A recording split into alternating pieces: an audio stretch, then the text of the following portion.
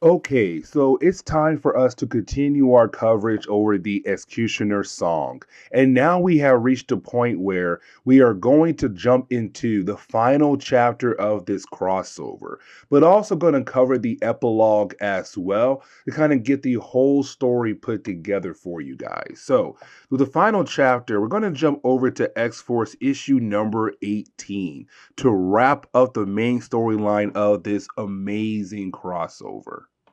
And so, getting into today's video, we actually pick up with Cyclops and Jean Grey currently trapped inside a time vortex that is being used by Stryfe. Now, really, this is Stryfe trying to show everyone in the area the entire past of Cyclops and Jean Grey, because it's Stryfe trying to say that he is actually the son of Cyclops and Jean Grey. It's him also saying that Cable is most likely a clone of Stryfe, and that is why Cable is actually around. That Stryfe is the biological child of Cyclops and Jean Grey, even though when it came to Cyclops, he had his son with Madeline prior. But anyways, moving on.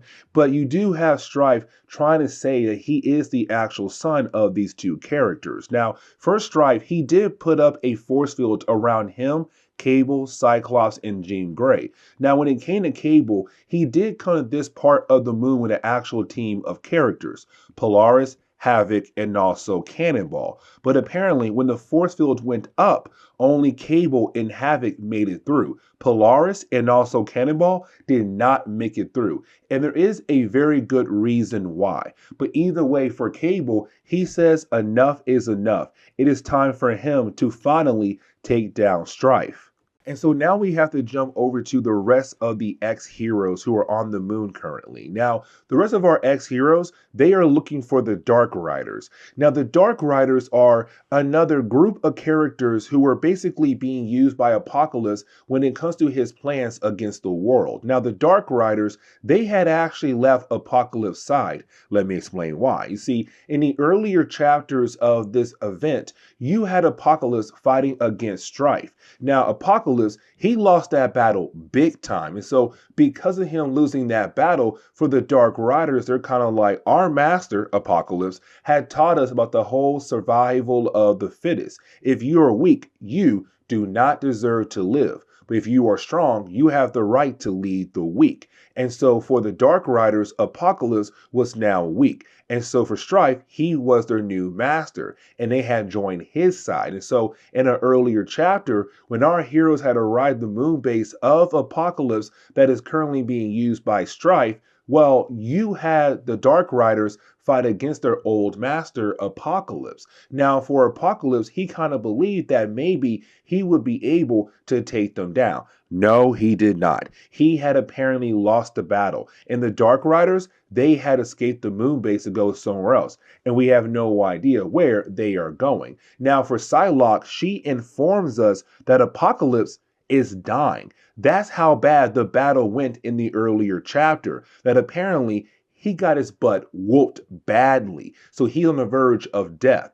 And so you have Archangel walk away. Now, for Archangel, let's not forget that this man wants to get revenge against Apocalypse for what he has done to him, because Apocalypse had changed Archangel into the Angel of Death.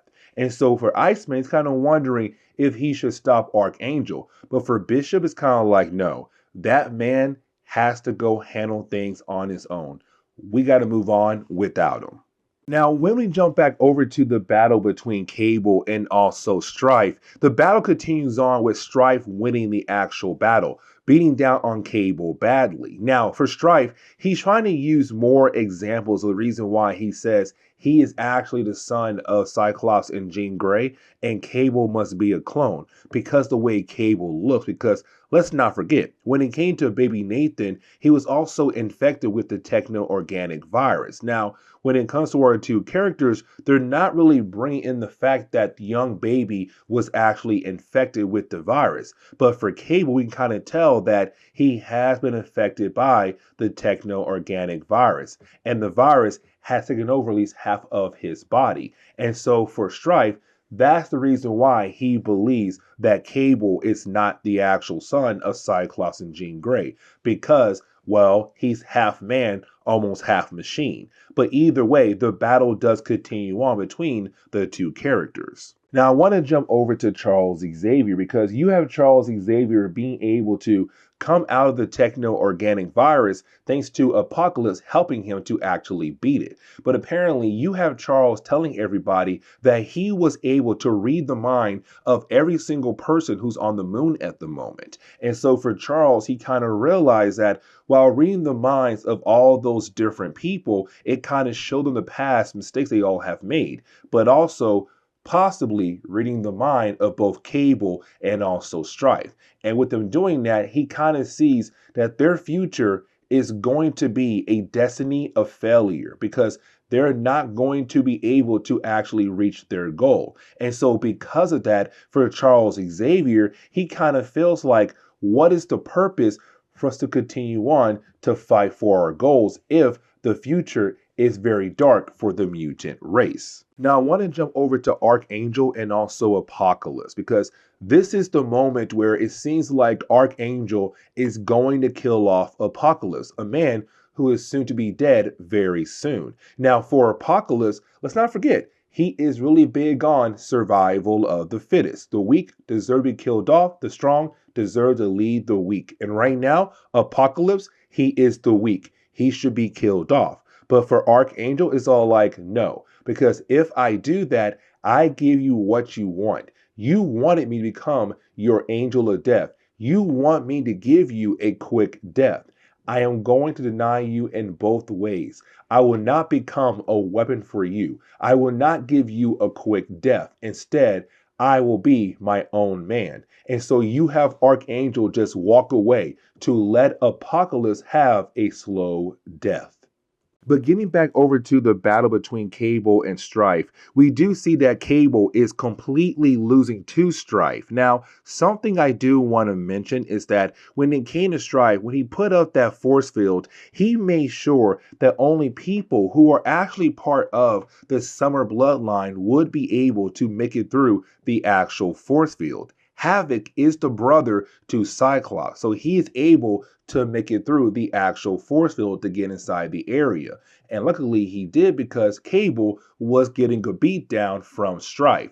Now you also have Cyclops and Jean Grey also being able to break free to join in the battle. But the problem is the machine that was used to open up the time vortex is falling apart, and that is becoming a huge problem. Now for Cable, he was able to create a device and hand the device over to Cyclops to use. The problem is though, you also have Cable activate his self-destruct system in his body. And so for Cyclops, he's kind of wondering what to do here. Because to Cyclops, he kind of wonders what happened when he pressed the button on the device that Cable had given him, because that device could control the time vortex or it could control Cable's self-destruct system.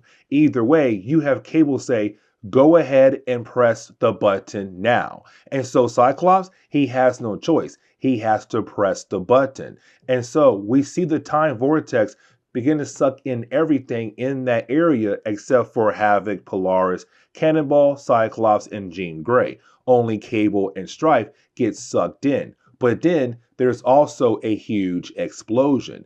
And so we're kind of left to believe in the possibility that Cable and Stryfe have both been killed off thanks to the time vortex and that explosion. Now, for Cyclops and Jean Grey, well, really Cyclops, he begins to believe in the possibility that Cable or Stryfe could have been his son. But the problem is, he never truly got the answer that he wanted. And so for him, for the next few days, years, months, whatever, he will always think about this moment, wondering if it's actually true that Stryfe or Cable is actually his son. But the last page of the final chapter of this event is really more being used to set up things to come down the road in later books when it comes to the X-Men, because we jump over to Sinister. Now remember, at the very beginning of this event, he had basically tricked the four horsemen of Apocalypse to go capture Cyclops and Jean Grey. Now, when he did that, he then was able to hand them over to Stryfe. In return, you have Stryfe give Sinister some kind of container. And we do learn that inside the container, it had contained, or supposedly had contained, the Summers DNA. Except when it comes to Sinister and also his assistant, when they open up the container, there is no Summer DNA in there at all. It is completely empty. So Sinister got played by Stryfe. Now the thing was though, for Stryfe, he had put in some kind of virus hoping to kill Lost Sinister. But because Sinister had his assistant open up the container, the virus only affected him and not Sinister. But for Sinister, he kind of realized that, you know what? He should have known that it was too good to be true, that most likely he was being played by Stryfe. And so he walks away. So the epilogue is not really being used as a way to wrap up the entire event. Instead, the epilogue is really being used as a way to kind of deal with the feelings of different characters who were really affected by the actual event. So, for example, Archangel.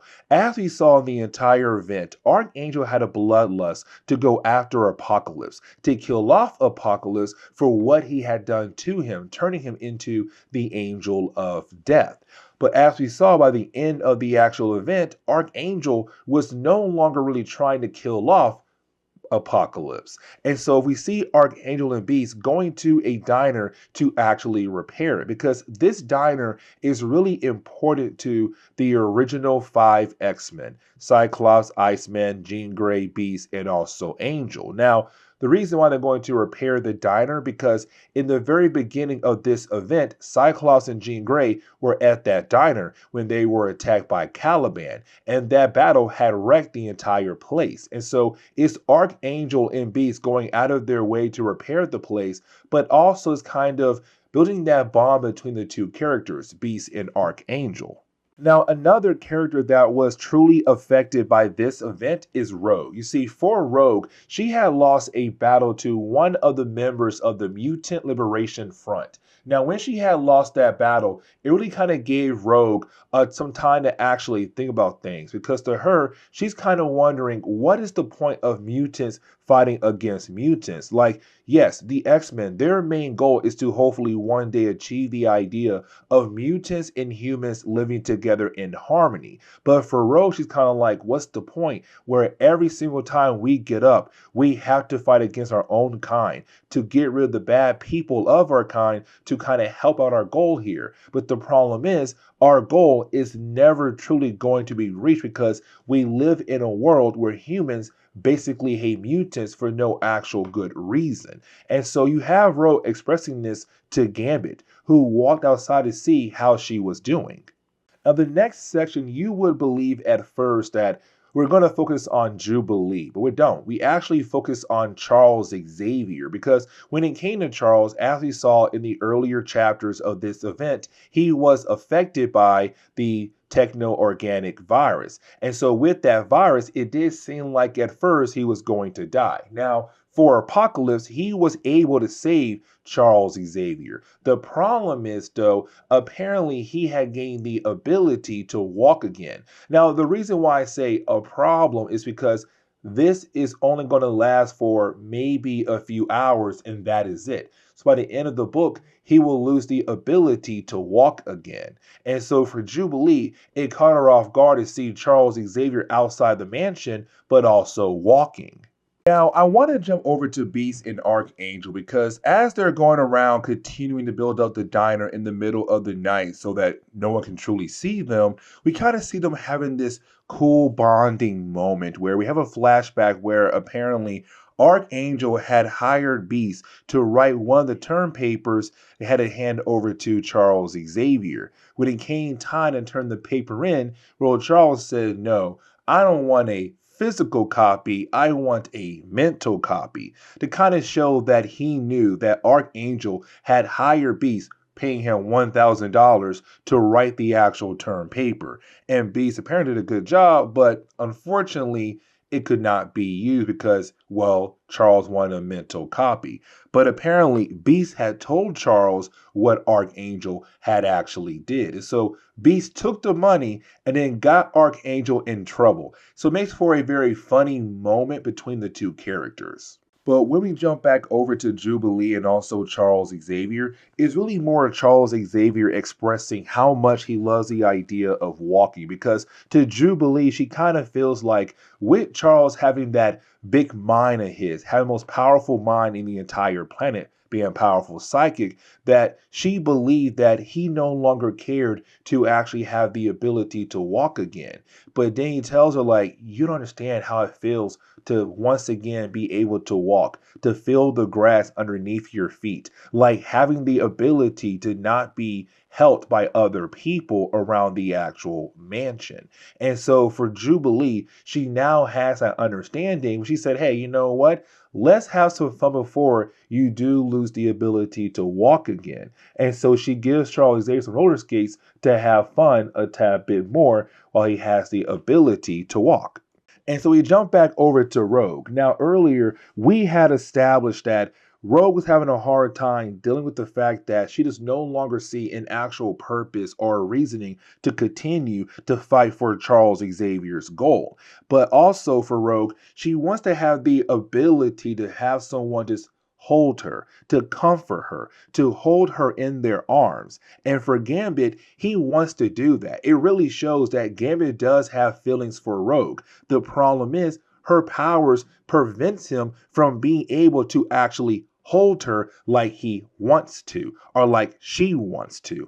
And when he tries to just grab her shoulder, she freaks out because she knows if he touch her skin, her powers are going to activate. Now, I want to jump back over to Charles Xavier and also Jubilee because you have Jubilee doing a great job showing Charles Xavier the whole life on the edge situation. Like, I'm not saying that roller skating is extremely dangerous, but if you fall down the wrong way, you could get seriously hurt. And so for Charles, he's kind of scared of the idea of falling down, getting hurt. But for Jubilee, it's kind of like, no. That's the point of walking, though. Having the chance to go out there to experience different things. You may get hurt, but you didn't have the ability to get back up again and try to do it right the next time. And so even though roller skating needs a lot of practice and you may fall down over and over again, you still have to get back up and try again to continue to learn how to actually